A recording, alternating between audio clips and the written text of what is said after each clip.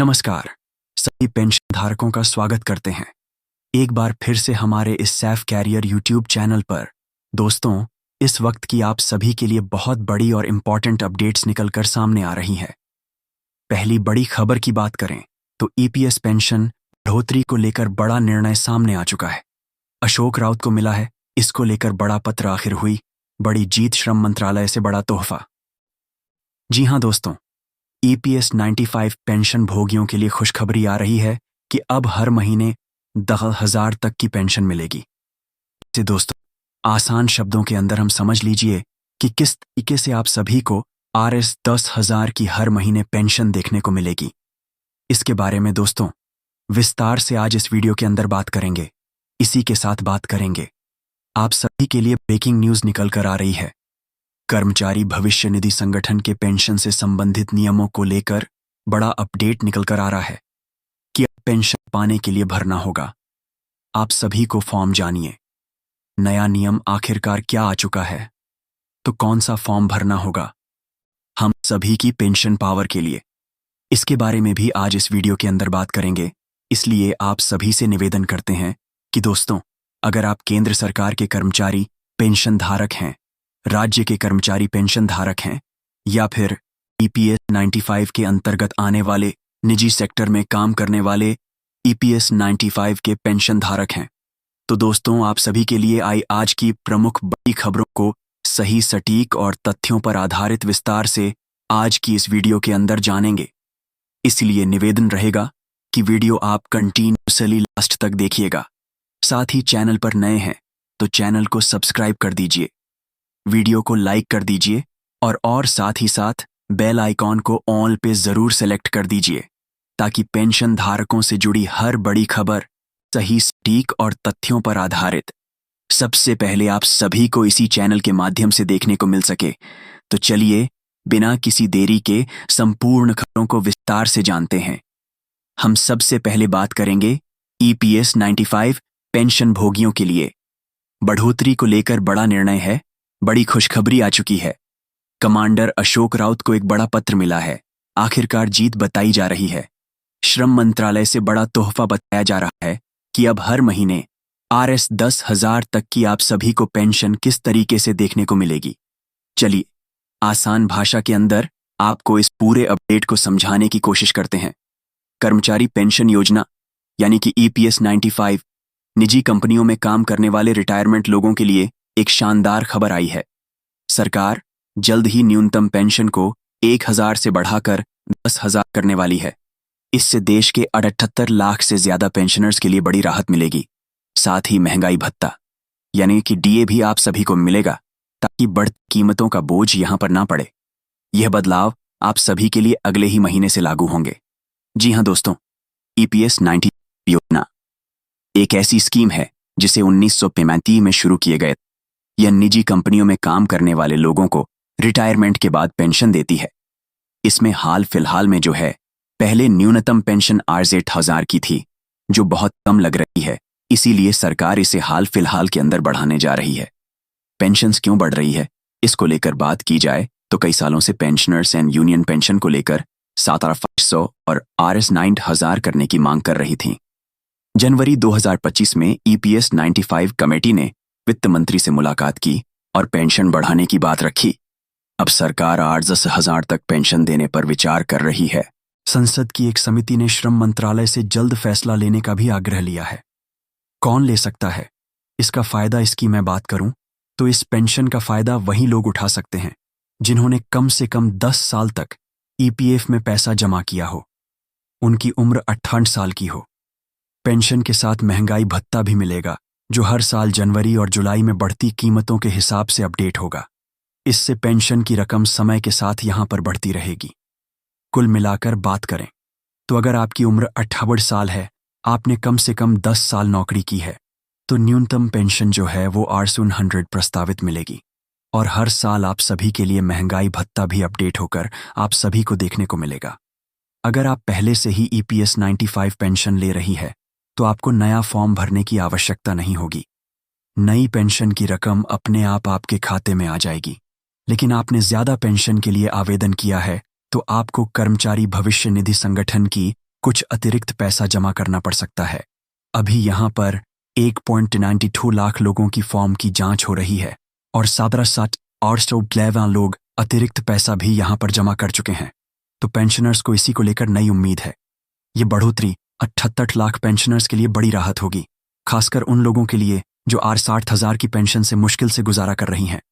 कुछ खबरों के मुताबिक R500 R60,000 की बात की है, लेकिन RS10,000 की खबर ने सबको खुश कर दिया है। सरकार का कहना है कि इससे रिटायरमेंट लोगों की जीवन में बेहतर होगा और आत्मनिर्भर भारत का भी वो हिस्सा बन पाएंगे। तो बहुत बड़ी ये खबर आप सभी के लिए आ चुकी है कि अब नया प्रस्ताव आप सभी के लिए पेंशन बढ़ोतरी को लेकर आ चुका है, जिसमें RS1000 की न्यूनतम पेंशन को बढ़ाकर सीधे RS10,000 कर दिया जाएगा। लेकिन कम से कम अगर आपने EPF के अंदर 10 साल तक योगदान किया है तो ही दोस्तों आप इस योजना का लाभ उठा पाएंगे। यह बहुत बड़ी और इम्पॉर्टेंट अपडेट फिलहाल में आप सभी के लिए निकल कर सामने आ रही है। वहीं दोस्तों ब्रेकिंग न्यूज़ आप सभी के लिए निकल कर आ रही है। अब पेंशन पाने के लिए भरना होगा फॉर्म 10। जी हाँ दोस्तों, कर्मचारी भविष्य निधि संगठन की पेंशन नियमों को बढ़ लेकर बड़ा अपडेट आया है। अब पेंशन पाने के लिए आपको फॉर्म 10D जो है वह भरना होगा। तो जानिए नया नियम आखिरकार क्या है, नए नियम के बारे में चलिए यहां पर बात करते हैं। तो कर्मचारी भविष्य निधि संगठन पेंशन रूल्स में हाल फिलहाल में EPFO के द्वारा कुछ महत्वपूर्ण बदलाव किए गए हैं, जो देश के करोड़ों कर्मचारियों के लिए बेहद जरूरी है। अब तक बहुत से कर्मचारी यह मानते थे कि रिटायरमेंट के बाद उन्हें पेंशन अपने आप मिलने लगेगी, लेकिन कर्मचारी भविष्य निधि संगठन ने स्पष्ट किया है कि अब पेंशन पाने के लिए एक निर्धारित प्रक्रिया का पालन करना आप सभी के लिए अति आवश्यक होगा।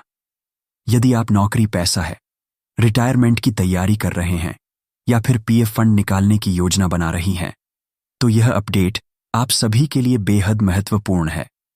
EPFO ने सोशल मीडिया और अपनी आधिकारिक वेबसाइट पर इस विषय में कई स्पष्टीकरण जारी किए हैं। आइए जानते हैं कि नए EPFO रूल से किन किन कर्मचारियों पर लागू होंगे और आपको क्या करना होगा और किस तरीके से लाभ देखने को मिलेंगे। सबसे पहले 10 साल से कम सेवा वाले कर्मचारियों के लिए नए नियम है।